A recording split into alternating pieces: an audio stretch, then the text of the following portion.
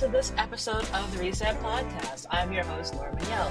This is part of my 29 Days of Magic series where I get to interview 29 phenomenal Black women. And I have to say, it's always such a joy because I meet so many amazing Black women who just sort of fall into my universe. I put out a very simple call and be like, hey, if folks know folks who I should talk to, or I happen to be somewhere and I'm like, you sound amazing, come on the show. And Aw. today I'm super delighted to have Nyakio Grieco, who's the founder/CEO of 13 Lune and Relevant Beauty. She's got an amazing story, and I'm so happy she's able to join us from LA. So let's get right in. Hey, girl, welcome. Oh my gosh, thank you so much for having me. I'm delighted to have you. So, first question is always the same. Answer is always amazing. I'm sure yours will be no different. What's your all-time favorite job? Oh my gosh. My all-time favorite job, I think, is the job I have right now. Absolutely, being the founder of 13 Lune and creating Relevant Beauty, sort of a culmination of the last 20 years of my life, has kind of brought me to this moment, and I'm loving every minute of it. Awesome. And it's funny. I've changed this question because when I originally had this podcast for the last 6 years, I asked like, "Hey, what was your first job?" And folks Mm-hmm. would kind of harken back to like, when I did the paper route, I worked at Wendy's, I worked at Macy's, and so this year I wanted to kind of change it up and ask people what Mm-hmm. their all-time favorite job is. And I would say this year about 90% of the women have been like, "It's the thing I'm doing now," which actually says a lot about choosing us and choosing ourselves and like this is Mm-hmm. I'm right where I want to be. And so I think it's a beautiful testament to hear that. So Yeah, obviously you didn't wake up absolutely. and have this job. What was the career journey that got us to be sitting here today? Yeah, I mean, I've been in beauty for almost 24 years, in the beauty industry for almost 24 years. I started my first brand back in 2002, launched it back in 2002. It was called Nikao Beauty, named after my grandmother, not myself. And I created that brand at the time because I wanted to be able to celebrate African ingredients from the cradle of civilization, inspired by my Kenyan family, and bring it to premium beauty because I found at that time that a lot of people were using ingredients like shea butter and marula oil and manketti oil and all of these incredible ingredients that come from Africa, but nobody was really talking about it in premium and prestige beauty. And so I wanted to give credit where credit was due. I had these great family recipes that I really felt that could represent my passion for the efficacy of these ingredients, but also giving back to the continent. And so that's sort of where I started my beauty journey. But before I was in beauty, I actually worked in entertainment here in Los Angeles, and my inspiration sort of came from that experience of having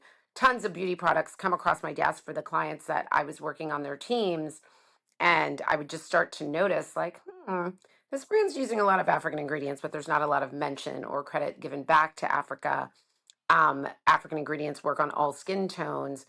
I wanted to be able to just help elevate, that beautiful continent. Fabulous. And so what was sort of that moment you're like, you know what, I think I'm going to go ahead and keep going and now and create 13 Loan. Yeah, so with Nikao Beauty, I had many stops and starts.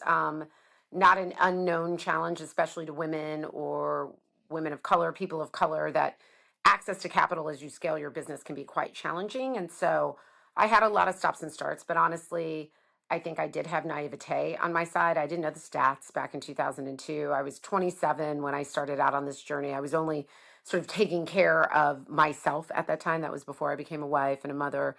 And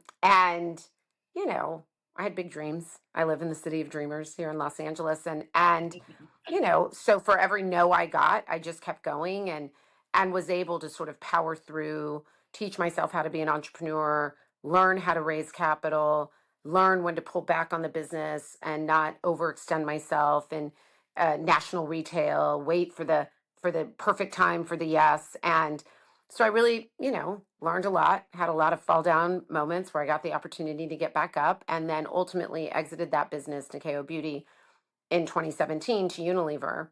And while I was still working as the ambassador of the brand underneath the Unilever umbrella, in 2020, in the midst of the global pandemic, in the midst of the most heightened moment of a racial reckoning that we've known in our lifetime, I found Nikao the brand and myself, Nikao, showing up on all of those listicles that were coming out after the murder of George Floyd and Breonna Taylor and so many.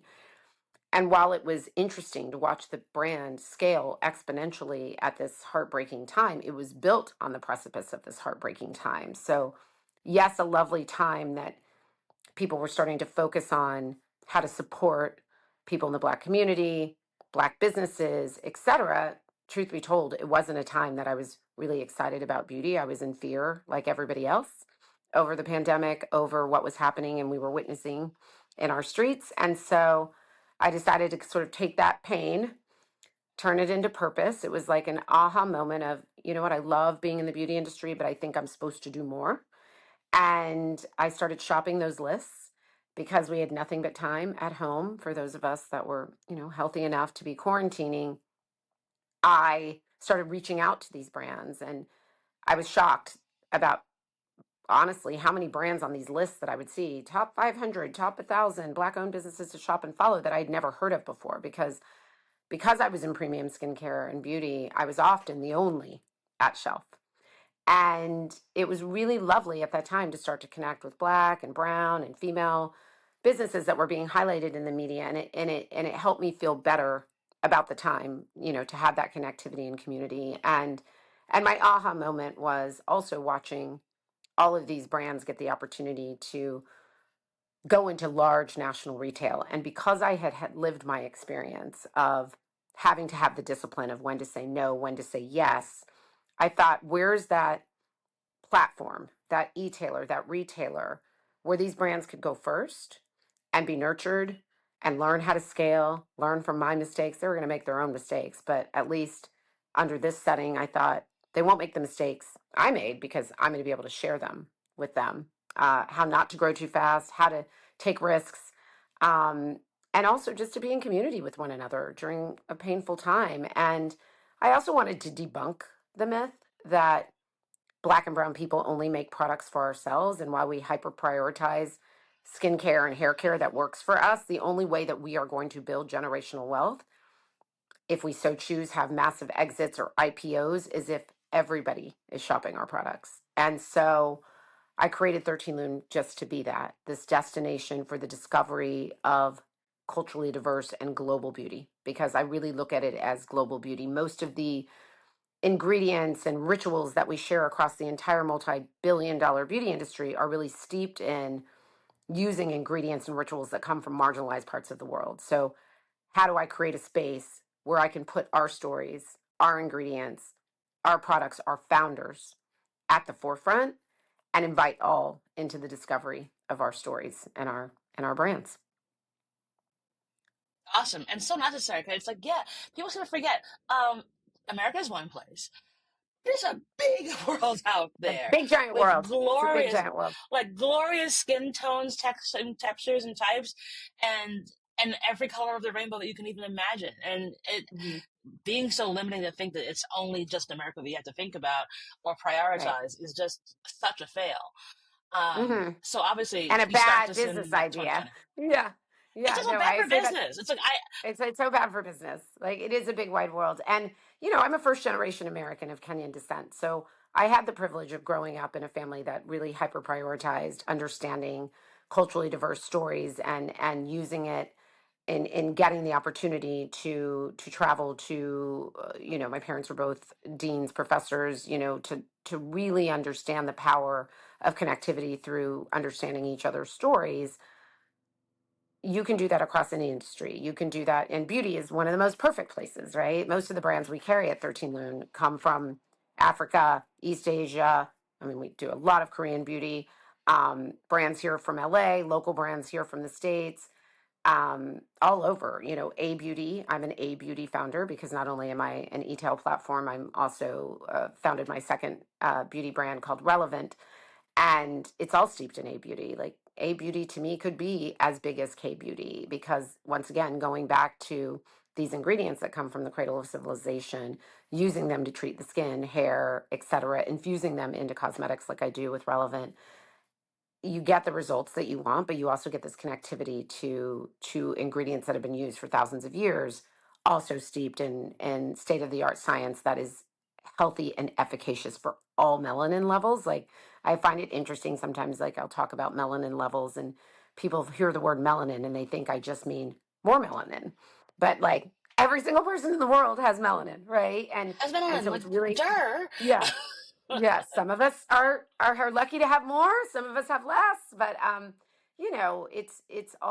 it's not a monolith, right? And so we always want to make sure that products are clean and safe for all skin tones so that people don't feel left out at shelf. And so it's again, one, smart business decision. Two, do you want to make money? Like, this is literally what it is.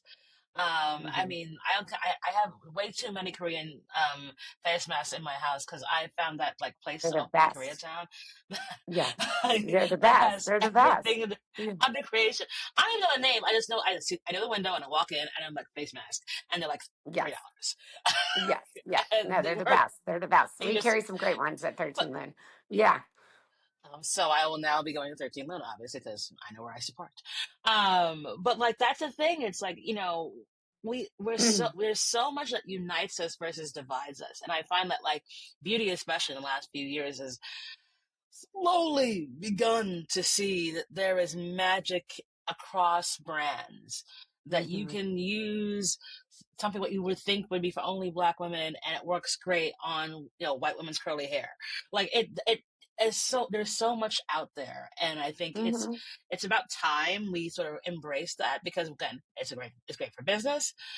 Hmm. Also, it's just like the smart thing to do. Like you limiting Absolutely. yourself just limits your profits. Laura says, do you not like money? Like whenever folks ask me about like how Laura you've built all these event businesses, and I'm like, I've never had said that this was a closed system. Do you want to Mm-mm. work with us? Great. Splendid. I don't care where you come from. I'm not closing any door.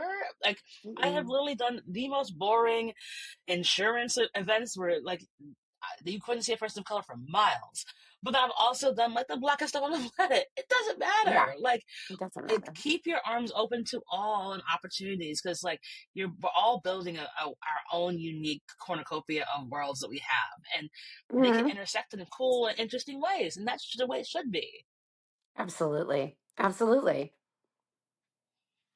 So for you, you kind of saw what was happening in the industry. Then obviously 2020 comes along, and you're like, all right, let's see how we can like actually grasp this together. What would you say was sort of your kind of moment of reset? Oh my gosh. Well, I mean, I would say I've had the opportunity to have many resets. I'm sorry, I'm just getting over a cold. Had to have, opportunity. I always say, like, don't be triggered by the word failure, that the only failure is not getting back up again. So I've had the opportunity to fail and get back up again and pivot. And, I'd say that my greatest reset, honestly, happened last summer when I decided to take the business back, um, bring along the team that had been existing through every version of 13 Loon, build my own team, become the CEO and solo founder of 13 Loon. My biggest reset was really honestly stepping into what I always believed to be true about myself, that I had the blessing of understanding my self-worth, and it was only when I went through some adversity in transition in my business that I realized that, oh, there was more work to do. So my biggest reset was officially hanging up my people pleasing hat, was officially realizing that imposter syndrome is a giant waste of time, space, and energy. I didn't realize that I was carrying that through many phases of my life. I honestly believe that so much of being born, I am Kenyan and I was born in New York. I'm an American as well. That so much of growing up Black, especially in America, comes from a level of conditioning for our safety, right? So put your head down, be the smartest, work the hardest, all of the conditioning that I believe that, for those of us that had the ability and blessing to have attentive parents does become conditioning. And it's really for our safety and our well-being that we're taught these things, because life is not handed to us on a silver platter, no matter what economic standpoint that you come from, especially as a person of color in this country. And I think when you step into being an entrepreneur, it's this really interesting, almost internal battle that you go through where you're used to putting your head down and being quiet and being the smartest and working the hardest and not complaining and not being the loudest and all of these things that you're taught to do. I truly believe for your safety, as children that evolve into adults. And when you become an entrepreneur, it's almost like you have to live by different rules. You got to be the loudest. Completely. You got to be seen. Right. And I think when you are going through this juxtaposition of existence as a person and a person who chooses a certain career path, there's a lot of conflicting information happening in your subconscious. And I think the way that it manifested in my body and my mind was some untrue beliefs that I didn't realize until I got the opportunity to reset. That is, I don't have to be in business with a man to be successful. Um, I don't have to say yes to everything. No is actually a lot of power. And that by loving myself enough to create and co create the life that I want to live is the best possible thing that I can do for my business. Because when you show up as your wholest self without the blinders and the noise that lives deep inside of your subconscious, when you let that go, it can feel very scary, right? But it was only when I let it go that the world opened up, and I've never, to your first question, been happier in my role as an entrepreneur, specifically in this business right now, because I'm living my truest self. I love that. And thank you for sharing that. And I think it's going to help a lot of people because I think you really beautifully articulated what the the weird dichotomy that we all live, especially when we're first gens. Because like Yeah. our parents came here, and I could say, I mean, I'm first gen, but also fully an immigrant because I wasn't born here. But like the thing, like your parents came here, they made a decision to come here, and so put your head down, do the work, stay out of trouble, don't start none, won't be none, because like that will be the way that you will be safe. That will be the Mm-hmm. way that you'll be successful. You'll be able to Mm-hmm. fit in this world, and yeah, and it's diametrically opposed to what naturally you have to be when you become an entrepreneur. Where it's like, no, your face needs to be everywhere. I need to know who Mm-hmm. you are, and you're like, well, and so you feel like, I don't think this is gonna rock with me, but maybe I should revert to factory settings. And like, yes, I'm going to need a man to help me do this thing, or I need to like defer a lot. And versus no is a complete sentence. Mm-hmm. Period. Full stop. And I am that bitch. Like, so yes, no, Yeah. what? No. Great. Yeah. And it's hard. And I think of it when I first started like 10, 12 years ago, it was the same idea. Cause I was like, you don't really need me up and, oh, wait, you do. Okay. Mm-hmm. And Mm-hmm. I'm going to have to like deprogram myself to be like, Mm-hmm. Mm-hmm. actually, I need to be this character. And it's unbelievably hard. And I think very often many of us don't acknowledge how difficult it is, because like it's Yeah. not how we were brought to make things better for ourselves. Like it is Mm-hmm. sort of default to be what we're supposed to be and not deviate them, because like it's not safe.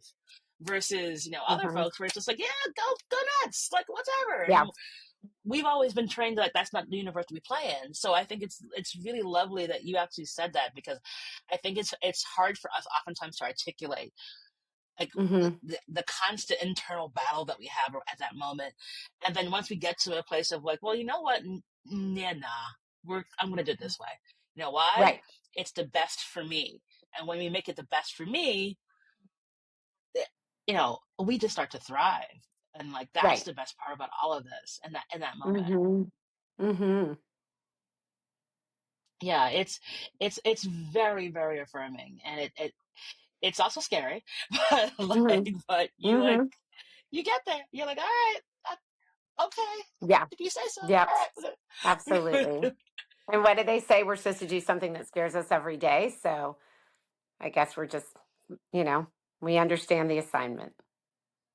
We just have to go ahead and do it, and just be like, all right, then this is what we're gonna do. Mm-hmm. So thinking about, have you like, just had the same idea around like what we were taught, where we are now, what we're doing is like nothing our immigrant parents would have ever thought we'd actually be doing. What Hmm. do you think you'd tell your 18-year-old self? My gosh, I tell her so much.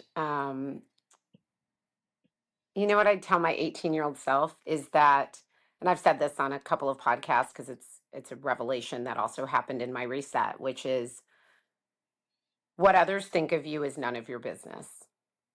And it's such a liberating I love practice, it. right? And I love so, it. and I mean it in both ways, is that if people think you are the greatest of all time, et cetera, yes, receive it, be grateful, humble. Okay. Thank you for sharing of that. It's none of my business, but I'm honored to receive that, right? When people, and I do believe people are generally good and love to see people win. I think in the world that we live in, especially when it comes to cancel culture and social media and trolling and all of these things that I had the privilege of experiencing and getting to grow from, it's none of my business. Your perception of my life, you don't know me. That's none of my business. You don't know my kids. Stay out of their DMs. You don't know my husband. Leave him alone. Right? None of your business. Speaking to myself, people can think whatever they want about you, but how you feel about yourself and those that love you is the most important. Everything else is none of your business. I think, like any other 18-year-old, high school, moving into college. So I say this to my daughter who's turning 20 next week or in the next couple of weeks, and my son who's 15. What other people think of you is none of your business.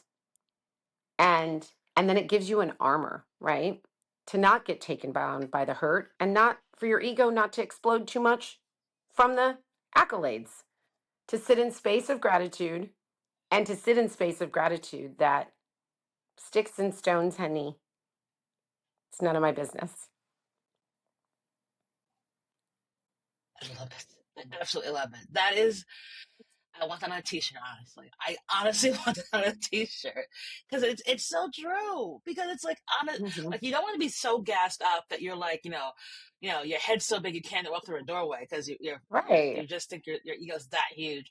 But also you can't get so taken down that like you can't get out of bed because of all of Yeah. that. And yeah, in this heightened online world, it makes it even worse. Mm-hmm. I was at dinner Mm-hmm. last night, and this girl I was talking to, and she was like curating like video of herself at the dinner instead of talking to like the 10 investors who were at the dinner. And I'm like, Mm-hmm. what are you doing? And she's like, oh, well, I'm making my TikTok presence because like that's really important. And I was like, so random people on TikTok versus the people here who could invest in your business. What, Mm-hmm. what are we What are doing? you doing? What are we doing? What are you doing? Yeah. Like you care Yeah. what those random folks on none of whom can cut you a check for $250,000. The people Right. here can do that. Yes.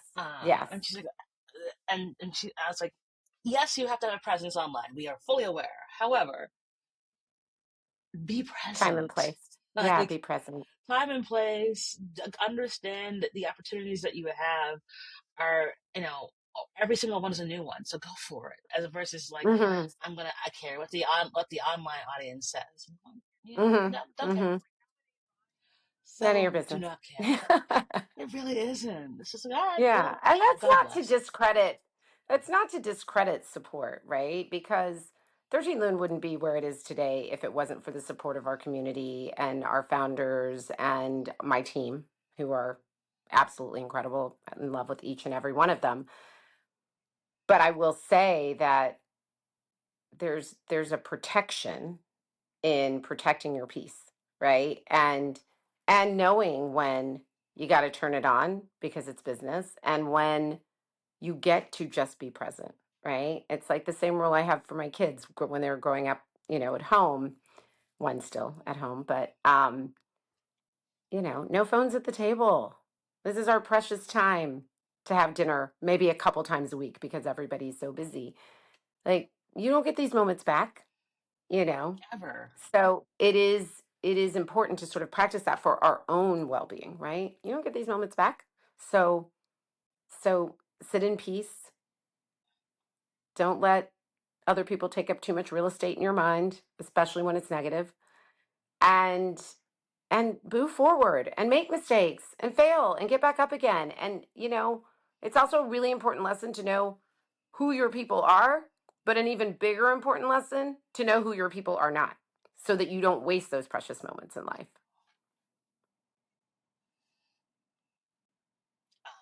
Amen from the top of the choir. Because it's like, because who's for you, fantastic. Who's not for you, also really important. And those who are Yeah. pretending they're for you but actually are haters, like discernment is Hmm. key. Like Discernment is that, key. And you redirection is gotta learn that protection, right? Yeah, redirection is every protection. time. Every time. There are people that you think are going to last every season of your life. They may not.